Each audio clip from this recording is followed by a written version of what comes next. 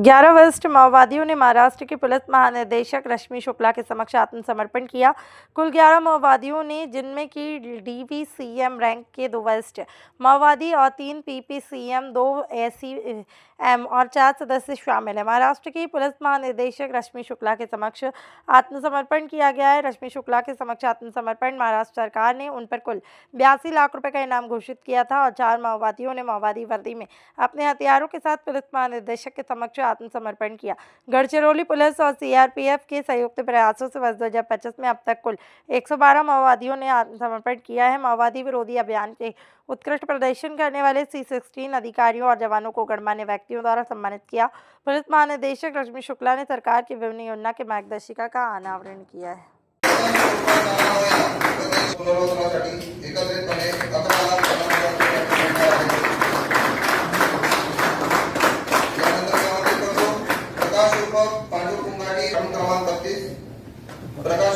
दोघे पती पत्नी गणेशासह आत्मसमर्पण करणार असून राज्य व केंद्र शासनाकडून आत्मसमर्पणानंतर पुनर्वसनासाठी एकत्रितपणे 11,50,000 रुपये रक्कम मिळणार आहे।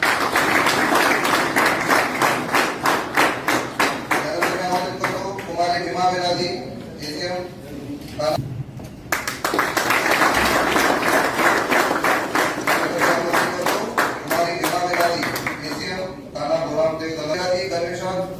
आत्मसमर्पण करणार असून राज्य व केंद्र शासनाकडून त्याला